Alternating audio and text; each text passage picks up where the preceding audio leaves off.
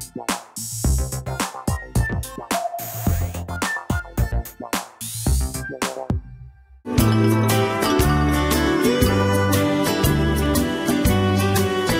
been up to my neck, working 6 days a week, wearing holes in the soles of the shoes on my feet. Been dreaming of getting away since I don't know. Bienvenue à l'Échappée, le nouveau spa top tendance. En ce moment, nous allons rencontrer Béatrice, l'une des cofondatrices de l'endroit. Mais d'ailleurs, elle est là, elle m'attend.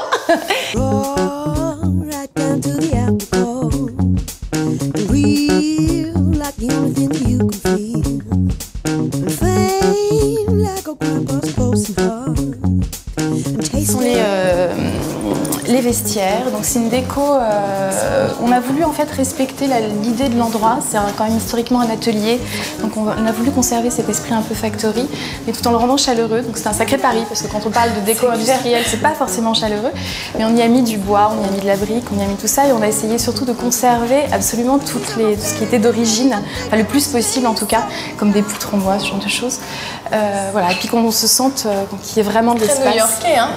Très new-yorkais, voilà.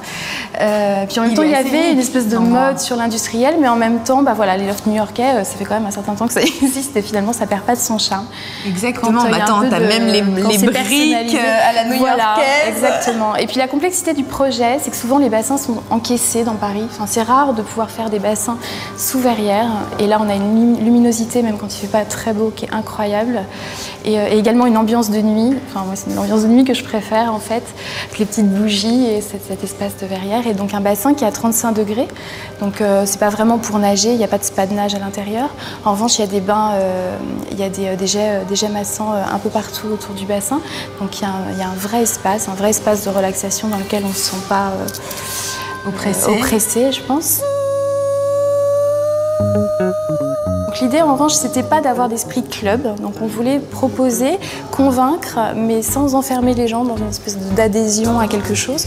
Donc on peut tout faire, donc effectivement le restaurant est ouvert au public, même si on ne profite pas du spa, on peut tout à fait venir bruncher le week-end. Et tout ça, effectivement, ce qui est sympa ici, c'est de passer un vrai moment, donc de passer une journée, de pouvoir faire du sport, un spa, manger, etc. Et sans qu'il y ait cet esprit, voilà, donc après, effectivement, on a proposé des choses un peu packagées qui sont pour 140 €, vous assez avez avantageuses. Et puis ça donne des idées en plus, c'est ça qui est sympa. Du coup, c'est une vraie journée détente où on peut faire plein de choses. J'ai bien aimé aussi les soirées filles.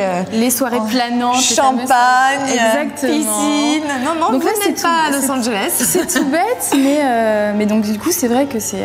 en plus, là, il fait froid, donc c'est super agréable de venir. La nuit, on se fait cocooner, le hammam, et puis après, un apéro dînatoire avec une coupette entre filles ou en couple. C'est très chouette. On a voulu aussi que cet endroit soit mixte.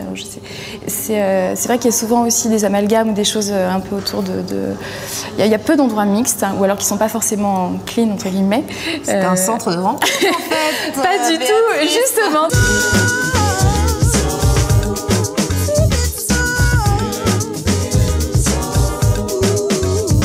On a des salles au rez-de-chaussée et également donc en sous-sol. Donc on a gardé ces cadres qui sont d'origine, on a cloisonné, mais sinon les pierres sont d'origine, on n'a rien changé. Et voilà, donc il y a une atmosphère... Vraiment, voilà, c'est ce qu'on aimait aussi dans cet endroit, c'est pouvoir recréer différentes ambiances au sein d'un même endroit. Les caves, c'est une ambiance un peu différente de celle de là-haut, qui est encore une ambiance encore différente. C'est plutôt une clientèle jeune ou au contraire C'est plutôt jeune parce que le quartier est plutôt jeune. Quartier, Après, c'est vrai que ça reste un spa, donc on n'a pas non plus des juniors de 20 ans. Mais voilà, je dirais entre 25 et 45. Après, on a des gens en semaine, des réguliers qui sont un peu plus âgés, qui ont la possibilité de venir en semaine. Mais globalement, c'est, je dirais, 30-40 quoi. Mais tu as aussi des gens qui viennent, je veux dire, d'autres quartiers au spa. Enfin, c'est aussi un lieu de retrouvailles et de rencontres. Ouais, tout à fait. Après, c'est vrai qu'il y a aussi autour des spas, je pense, on veut aller voir les nouveaux endroits, etc. Bien sûr. Après, il y a aussi une clientèle de touristes. C'est très, très, très varié. Maintenant, on fait de la remise en forme, on fait tout ça. Donc, nous, on avait d'abord envie de faire un vrai spa de quartier où les gens puissent vraiment venir régulièrement. Et puis, et c'est très chouette, c'est qu'on est assez peu visible, hein, on a vu, c'est assez... Et puis c'était volontaire en fait de ne pas avoir une vitrine tape à l'œil, etc. Donc ça a mis un peu de temps, mais le bouche à oreille a super bien fonctionné. Et en fait, les gens dans le quartier, au-dessus, il y a des résidents partout. Hein. Ça parle beaucoup sur Oberkampf, tous les commerçants. Il y a une vraie vie de quartier ici. Et du coup, c'est comme ça un peu qu'on a créé notre notoriété dans le quartier. Et ça fait plutôt Alors plaisir, toi, avant, en fait. tu faisais des massages régulièrement et maintenant que tu as le spa, tu fais plus non, aucun en fait, massage. moi, je sais déjà pas. Ah, ok. C'est pour ça que j'étais très très stressée.